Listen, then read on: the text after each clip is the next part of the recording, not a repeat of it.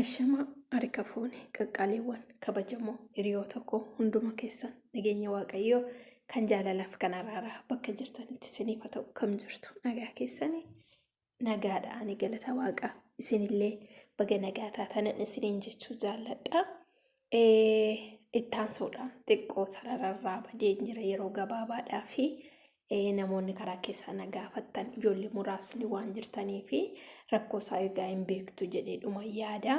Egaa kanas ta'e sanas biyya ormaa keessatti wantoota hedduutu nu mudata. Garuu waaqni immoo waan nu mudatu kana hundumaa keessatti nu gargaara nu baraara.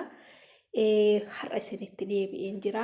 Ulfaadhaan iyyaafachuu keessaniif nagaafachuu keessaniif baay'ee galatoomaan isiniin jechuu barbaada. Hamma yoonaatti maatii naa taatanii na jajjabeessaa na cina kan jirtan immoo irra deebi'ee ulfaadhaan isiniin jedha. Maatii koo kan hin ta'in adara maatii naaf ta'an isiniin jechuu jaalladha.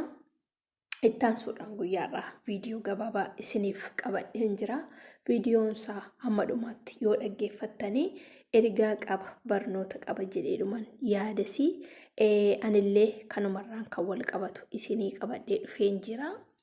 Kanaaf isinis waan barnoota ta'u kana dhaggeeffattanii na jajjabeessuun gargaarsa lammummaatiin isiniin jechuu barbaada. Maal jedha viidiyoon koo seetanii seenaa dhugaa hiriyoota lama gidduutti raawwatedha.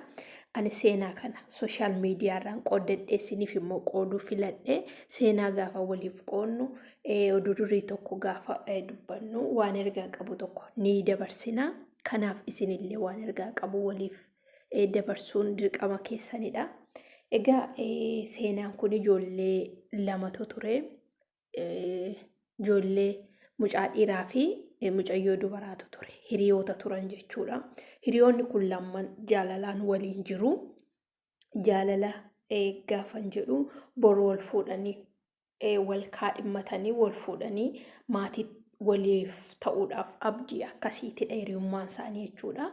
Sana gidduutti guyyaa tokko otuu jaalalaan waliin jiranii guyyaan mucayyoon itti dhalatte birzideeyin ishee waan ga'ee fi mucayyoon suni birzideeyi ishee kabajachuudhaaf hiriyaa ishee sana boyfriendii ishee waamte.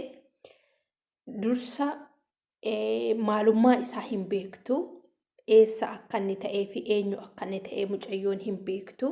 Jaalalli yeroo tokko tokko rakkisaadha.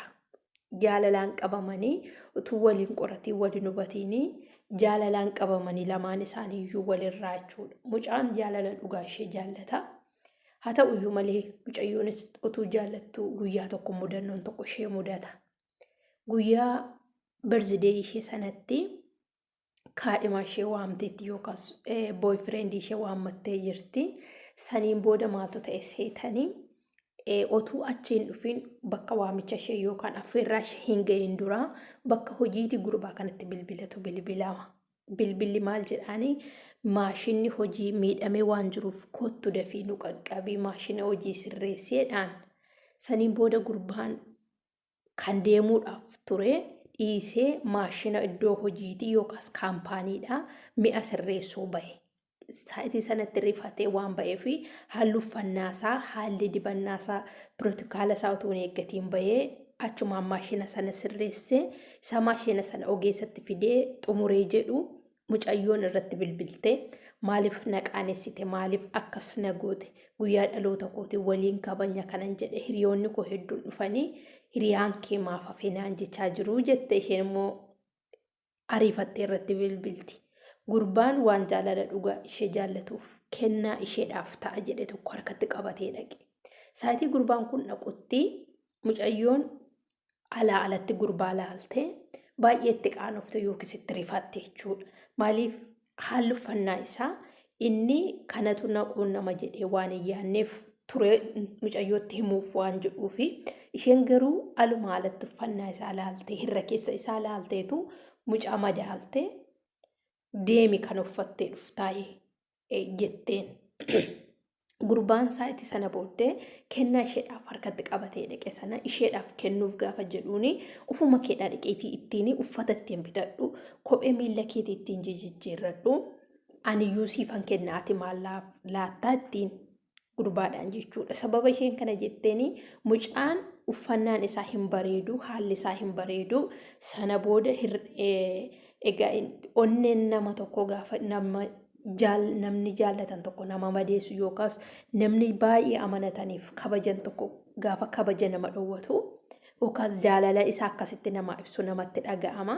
Sana gidduutti mucaan dhiiraa tokko fiigee isaan bira ga'ee mucaa kana ni beektaa jedhaan kan inni gaafatu mucaan dhiiraan sun hiriyaa ishee kan hin taane namni biraan happy birthday ishee kabajuu kan dhufe yookaan guyyaa dhaloota ishee kabajuu kan dhufe eessatti beektaa isaa jedhaan inni hiriyaa koodha yookaas boyfriendii kooti jettiin isheen akkamitti akkas ta'a kuni inni kun si jaallatee jira moo waan jedhamu yaada kaasaaf boyfriendii koodha yeroo isheen jettu inni kun ikkoo abbaa kaampaanii keenyaati yookiis namicha nuti kaampaanii isaa keessaa hojjennudha mucaan kunii jedhaan.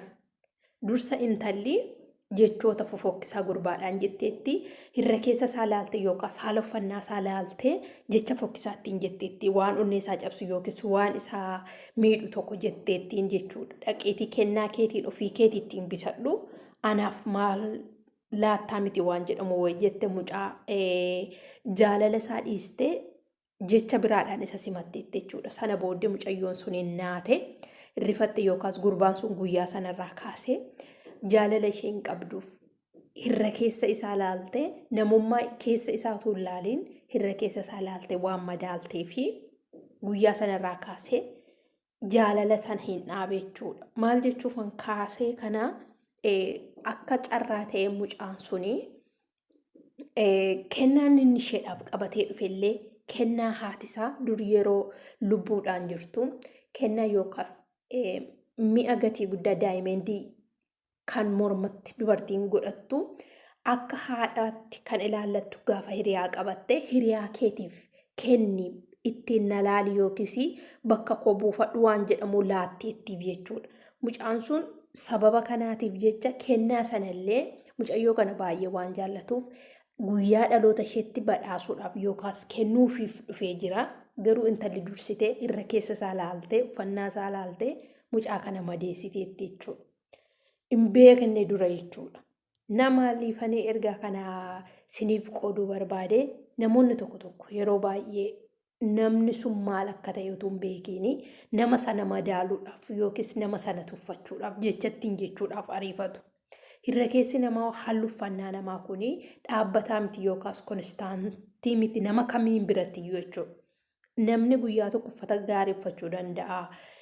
Dhabbee immoo gadi bu'uu danda'a sadarkaan namaa jechuudha. Inni ilaalamu jaalala keessatti inni guddaan keessa namaati jechuudha. Keessa yookaas immoo amala nama sanaa. Namni sun amala akkamii qaba? Amala badaa moo amala gaarii qaba?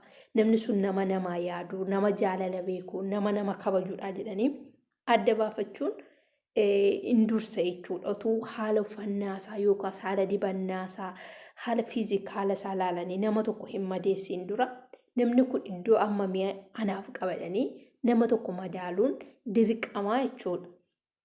So mucaa kanarraa kan barannu yookiis seenaa mucayyoo kanarraa kan barannu mucaa kana waan darbuun madaaltee innuu abbaa qabeenyaa ta'ee nama kaampaanii mataasaa qabu ta'ee ishee kaampaanii isaa keessaa kan hojjettu otuu hin madaalin ishee jaallate isheen garuu hariifatte yeroo tokko durboonni waan akkuma argaa jirtan jechuudha sooshaal miidiyaa adda addaa irratti illee waan darbuun dhiira madaalla.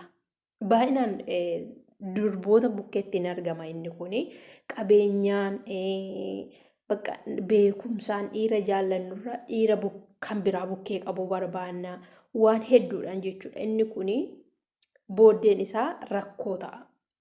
Dubartiis ta'e dhiira waan darbuun madaaluun gaa'ela ofii jaalala ofii waan darbuun jijjiiruun booddeen isaa salphina waan jedhudha. Yaanni ijoo koo ani isiniif qooduu barbaade. So amma ammaatti warri na dhaggeeffattan galatoomaa fayyaa ta'an isiniin jedha. Wal jajjabeessinee wargargaarree waan barnoota qabu waliif dabarsinee wal utubuun immoo dirqama oromummaati kan jedhu asumarraan yaada koo dabarfachuun barbaada. Fayyaa ta'a. Sheer gochuudhaan, laayik gochuudhaan, koomenti gochuudhaan na gargaaraan isiniin jedha. bakka jirtanitti nagaanaaf ta'aa. Barri kun bara nagaa, bara gammachuu, bara boqonnaa isiniif illee haa ta'uun isiniin jedha. Ulfaadhaa.